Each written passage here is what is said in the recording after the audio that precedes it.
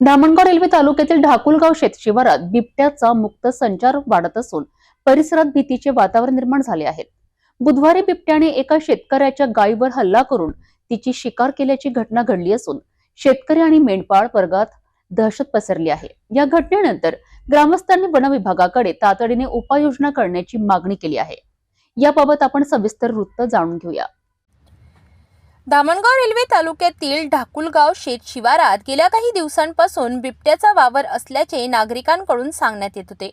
बुधवारी ही भीती प्रत्यक्षात उतरली जेव्हा बिबट्याने एका शेतकऱ्याच्या गायीवर झडप घालून तिची शिकार केली। शेत शिवारालगत असलेल्या दाट झुडपांमध्ये बिबट्याचा मुक्त संचार असल्याचे वारंवार दिसून येत होते। यापूर्वीही बिबट्याचे पायांचे ठसे आढळून आले होते, मात्र आता प्रत्यक्ष जनावरांची शिकार झाल्याने शेतकरी, मेंढपाळ आणि मजुरांमध्ये भीतीचे वातावरण अधिकच गडद झाले आहे। जनावरे चरायला सोडणे तसेच पहाटे किंवा रात्री शेतात जाणे धोकादायक ठरत असल्याचे शेतकरी सांगत आहेत। या घटनेची माहिती तातडीने वन विभागाला देण्यात आली असून बिबट्याला जेरबंद करण्यासाठी पिंजरा बसवावा अशी मागणी ग्रामस्थांकडून करण्यात येत आहे।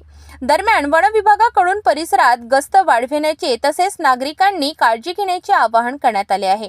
रात्री एकटे बाहेर जाणे टाळावे आणि जनावरे सुरक्षित ठिकाणी बांधावीत असे निर्देश प्रशासनाने दिले आहेत। मी विजय वसंतराव खांडलकर, ढाकुलगाव उपसरपंच। बिबट्याच्या त्रासापासून ही आज एक गाय गेली आहे आणि बरेच दिवसापासून इथं बिबट्याचा त्रास आहे। मेंढपाळ बकऱ्यावाल्यांना बराच त्रास आहे और रात्री बेरात्री शेतकऱ्याला शेतात जावं लागतं। त्या बिबट्यापासून सगळे लोक त्रस्त झाले आहे। तरी शासनाने वन विभागाने या बिबट्याची पिंजरा लावून त्याची व्यवस्था करण्यात यावी एवढी गावकऱ्याच्या तर्फे अपेक्षा करतो। ढाकुलगाव शेतशिवारातील या घटनेमुळे ग्रामीण भागात भीतीचे वातावरण निर्माण झाले आहे।